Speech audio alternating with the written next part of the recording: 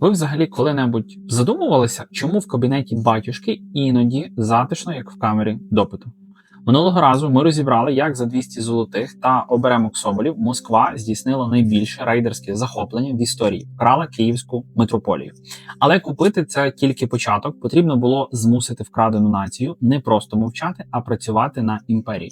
Сьогодні я доведу вам те, що ви звикли вважати церквою, насправді є найуспішнішим шпигунським проектом Кремля.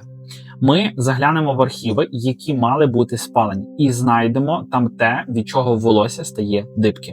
Як таємниця сповіді стала протоколом для спецслужб? Як за одну ніч у 1943 році Сталін особисто спроєктував сучасну РПЦ за лекалами НКВС? І чому сьогоднішні коригувальники у рясах – це не випадковість, а професійна спадковість? Це друга серія нашого розслідування на каналі Контрісторії. Якщо ви на нього не підписані, підпишіться обов'язково. Ми розберемо, як релігійна афера 17 століття перетворилася на досконалу машину контролю над вашою душею. Ви дізнаєтесь, чому Томос про автокефалію – це не просто папірець, а акт деокупації, який Москва боїться більше, ніж санкцій. Пристебніться, сьогодні ми дізнаємось, хто насправді слухає ваші молитви – Бог чи, можливо, товариш майор. Отже, Москва купила Київську митрополію у 1686-му. Але що вони з нею зробили далі? Вони не просто змінили мову молитов, вони змінили саму суть стосунків між людиною та Богом. Ми звикли думати, що церква – це місце, де ти можеш вилити душу, і це залишиться між, тільки по факту тобою і священником. Але у 1721 році московський цар Петро І вирішує – досить. Він ліквідовує патріаршество як таке. Навіщо йому конкурент у вигляді якогось патріарха? Він створює так званий Святійший Синод. Це була не релігійна структура, а звичайне державне міністерство, яке Петро називав духовною колегією. Керував нею не монах, а світський чиновник у мундирі обер-прокурор. Уявіть собі, справи віри керує людина, яка доповідає безпосередньо самому царю. Тобто, місце для віри тут пропадає. Тепер найстрашніше. У 1722 році виходить додаток до духовного регламенту. Це документ, який на 300 років вперед зробив українських священників агентами спецслужб. У ньому чорним по білому було записано: якщо на сповіді людина зізнається у державній зраді, бунті проти царя або навіть просто у недобрих помислах щодо влади, священик просто зобов'язаний негайно донести на неї у таємну канцелярію. Ви розумієте масштаб цієї катастрофи? Таємниця сповіді, яку церква тримала недоторканою століттями, була офіційно розірвана московським чоботом. Священник умить перетворився на штатного інформатора поліції. Якщо ти не доніс на свого парафіянина, тебе розстригають, катують і відправляють у Сибір. Вибору не було ніякого. І саме тут починається те саме стадо, про яке ми говорили минулого разу. Українців, які звикли до свободи, до виборності своїх священиків, до вільних братств, почали заганяти в релігійне стіло. Кожна церква стала філією поліцейської дільниці. Кожен архієрей у Києві тепер мав бути затверджений у Петербурзі після перевірки на лояльність до імперії і самого царя. Це був перший етап релігійного гулагу. Москва зрозуміла, щоб тримати Україну в покорі, недостатньо захопити землю. Треба поставити свого наглядача в кожній сільській церкві. І цей наглядач мав право не просто відпускати гріхи, а вирішувати, жити тобі чи гнити в казематах за неправильні слова, банально на сповіді. Саме цей фундамент церкви-міністерства ідеально зберігся до ХХ століття. Коли більшовики прийшли до влади, вони не вигадали нічого нового. Вони просто взяли петровську модель доносу і довели її до абсолютного абсурду. Але перед тим, як ми перейдемо до шпигунів Сталіна, подивіться на цей парадокс. Організація, яка називає себе канонічною, 3 століття тому офіційно продала право людини на приватність своїх думок державі. Хіба це взагалі про віру? Ні, це про абсолютний і тотальний контроль над всім. А тепер перенесемося з вами у вересень 1943 року. Йде Друга світова війна, більшовики вже 20 років поспіль методично розстрілюють священиків. підривають храми і перетворюють вівтарі на склади для картоплі.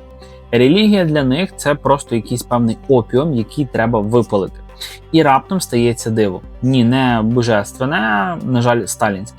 В ніч на 5 вересня 1943 року Йосип Сталін викликає до Кремля 3 вцілілих митрополитів, що просто дивом вижили в ГУЛАЗі. Уявіть цю сцену. Кривавий диктатор, який ще вчора наказував розстрілювати за віру, сьогодні пропонує раптом відновити патріаршество. Для чого йому це було потрібно? Невже Сталін увірував в Бога? Звісно, що ні. Йому потрібна була ідеологічна обслуга для війни та майбутнього контролю над всією Європою. І він ставить умову. Церква повертається, але вона має стати частиною державної тоталітарної машини. Буквально за одну ніч створюється те, що ми, власне кажучи, сьогодні знаємо як РПЦ. Це не була тяглість від Русі, це був спецпроєкт НКВС. Для контролю над цим, так би мовити, воскресінням Сталін створює спеціальний орган – Раду у справах православної церкви. І хто ж її очолив? Може якийсь богослов чи якийсь там поважний історик? Ні, її очолив спеціально підготовлений полковник НКВС Георгій Карпов. Офіцер спецслужб, який ще вчора катував людей на допитах, тепер став фактичним керівником усіх патріархів. З цього моменту починається наймасштабніша інфільтрація агентів у рясах. Кожне призначення на посаду єпископа чи митрополита проходило через кабінет Луб'янки.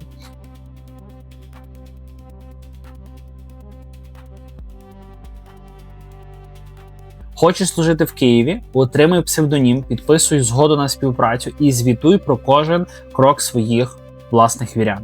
Це була досконала система. Якщо Петровський регламент 18 століття лише зобов'язував доносити, то сталінська вже система 1943 року зробила священство професією шпигуна. В архівах КДБ, які сьогодні відкрили в Україні, ми бачимо сотні звітів. Агент Михайлов, агент Абат, агент Святослав – це не персонажі детективів. Це вищі ієрархи церкви, які десятиліттями керували душами українців. Вони використовували все – від таємниці сповіді до закордонних поїздок, щоб просувати інтереси Москви. Особливо жорстко це працювало в Україні. Саме через церкву КДБ вистежував родини повстанців УПА. Прийшла мати на сповідь, поділилася болем, що син у лісі, і наступного ранку Криївка була вже оточена карателями. Ось вона, реальна ціна канонічності. Навіть поділитися щось на сповіді в церкві, в місті Божому, було неможливо, бо вас за це могли без перебільшення просто на другий день розстріляти. Ви запитаєте, а як же ж віра? А віра стала лише декорацією. Сталінські батюшки мали переконувати людей, що радянська влада, вона є від Бога, а опір окупації – це є гріх. Це був той самий релігійний гіпноз, про який ми згадували минулого разу. Тільки тепер замість соболів Москва використовувала страх, тортури та посвідчення офіцера розвідки. І не думайте, що з розпадом СРСР щось кардинально в цій службі змінилося. Будівля залишилась тією ж самою. Ті самі люди, які цілували руки чекістам у 70-х роках, сьогодні розповідають нам про Святу Русь. Вони просто змінили кураторів з КДБ на ФСБ, але завдання залишилося незмінним – тримати Україну на короткому повідку, використовуючи найсвятіше, що є у людини, її віру. Ви запитаєте, гаразд, допустимо, Назар, ти правий, контроль був, де ж, власне, докази цього всього, що вище було сказано? Докази лежать в архівах СБУ, які Москва так боялася відкривати. Після розпаду Союзу випливли звіти 4-го відділу 5-го управління КДБ. І там справжня дошка пошани московського православ'я. Давайте поіменно. Ви чули про агента під псевдонімом Михайлов? Це не рядовий батюшка. За цим ім'ям ховався митрополит Філарет Денисенко, який тоді ще був у лоні Москви. А як щодо агента Абата? Це митрополит Петерим. Агент Антонов – митрополит Никодим. Це були не просто люди, які, так би мовити, погоджували ремонт даху з партією. Це були кадри, які звітували про настрої парафіян. про дисидентів і про тих, хто занадто часто говорить про якусь там українську незалежність. Але найстрашніше це те, як КДБ використовував святиню. Таємницю сповіді, власне. В системі держбезпеки СРСР це називалося оперативним використанням релігійних почуттів. Уявіть собі Західну Україну, десь так приблизно 50-х років. Партизанський рух УПА ще досі живий, люди загнані у підпілля. Куди йде мати повстанця, коли їй тяжко на душі? Звичайно, що церкви, оскільки Галичина була дуже релігійним завжди осередком, і перше куди, звичайно, що до церкви, до священника, так би мовити, до батюшки. Вона сповідується батькові, так би мовити, каже, що син поранений, що він у такій-то там десь, допустимо, Криївці. Вона вірить, що Бог її чує через того там батюшку, через того священника, бо він є представником образно Бога в відповідності там на землі. А насправді її чує майор спецслужби. Під якимось псевдонімом вигаданим. Сценарій був відпрацьований абсолютно до дрібниць. Після сповіді священник біг просто не молитися, а біг вже до телефону. Вже за годину район оточували каральні загони НКВС. Села палили, родини вивозили в Сибір. І все це завдяки, так би мовити, канонічному батюшці, який просто виконував свій обов'язок перед державою, який так само був і ходив, здавав вірян, яких, власне кажучи, після цього могли цілком вивозити на Сибір. Це не припущення, це протокольні факти з кримінальних справ того часу. Ви скажете, це було давно, за Союзу так було, зараз вже Союзу нема, зараз незалежна Україна і щось помінялося, це вже церква, це вже там, туди можна ходити, молитися, сповідуватися і так далі. Але подивіться на структуру. В СРСР священик не міг отримати парафію без дозволу КДБ. Його не могли висвятити без перевірки на лояльність партії, вождю і відповідності комунізму. Це означає, що за 70 років радянської влади була виведена особлива порода ієрархів. Вони вміли хреститися правою рукою, а лівою писати рапорт. Коли ви бачите сьогоднішніх ієрархів РПЦ, вони мають нерухомість на мільйони, яхти, літні авто. Не дивуйтеся. Це преміальні за багаторічну службу режиму. Вони не священики, вони замполіти у золотих ризах. Їхнє завдання ніколи не полягало в порятунку вашої душі. Їх завдання було ваше стадо, щоб воно було покірним і воно молилося за того, хто тримає батіг над тим стадом. Минулого разу ми говорили про 120 соболів, але за соболями прийшли катування, зради та кров наших предків, яку зливали прямо з вівтарів. І саме на цьому фундаменті Москва досі намагається переконати нас у своїй єдиній правильності. Але ми йдемо далі до того, як цей ланцюг шпигунства нарешті почав розриватися. Ми з вами розібрали архіви КДБ, але давайте зараз подивимося у вікно. У мене там просто вікно. Зараз 2026 рік. І те, що ми бачимо сьогодні в українських лаврах та єпархіях, це не гоніння на церкву. Як намагається розказати пропаганда Кремля, це фінальна стадія ліквідації шпигунського гнізда, яке будувалося століття. За останні роки Служба безпеки України, або як зараз популярно Служба Божа України, відкрила сотні кримінальних проваджень проти священиків Московського патріархату. І що вони там знаходять? Молитовники, духовну літературу і близько ні. Вони знаходять в келіях ієрархів, знаходять російські паспорти. Методички з Кремля, кремлівську літературу, про те, як правильно потрібно хвалити Путіна. Я би хотів інакше сказати, але YouTube, на жаль, це може забанити. І що найстрашніше, координати для ракетних ударів по наших з вами містах. Тобто, на секундочку, ви сьогодні йдете молитися якомусь московському попові, завтра ж той московський піп на вас наводить ракету, шахеди, обстріли і так далі, і так далі. Згадайте кейси, які шокували країну. Священники-коригувальники, які з дзвіниць наводили російську артилерію на позиції ЗСУ, наших захисників. Священики, які зберігали в церквах зброю та переховували ворожих диверсантів. Ви запитаєте, як людина в рясі може таке робити? Відповідь у нас вже є. Ми розібрали її в попередніх блоках. Вони не священники, вони кадрові офіцери або агенти впливу. Для них ряса – це лише маскувальний халат, це просто одяг без ніякого сенсу, змісту для них і так далі. Вони продовжують справу тих самих агентів Михайлових та Абатів з радянських часів. Система не змінилася, змінилися лише засоби зв'язку. Замість друкованих рапортів, месенджери та анонімні там якісь певні телеграм-канали. Подивіться на патріарха Кирила Гундяєва. Людина, яка офіційно благословляє вбивство українців, називаючи це священною війною. Він обіцяє російським солдатам прощення всіх їхніх гріхів за вбивство наших з вами дітей. Це і є той самий релігійний гіпноз, про який ми говорили в першій серії. Тільки тепер цей гіпноз став набагато кривавішим. В Україні московський патріархат десятиліттями виконував роль м'якої сили. Вони готували ґрунт для окупації. Вони розповідали про триєдину Русь, про те, що Україна – це помилка історії, а наш народ – це лише гілка російського дерева.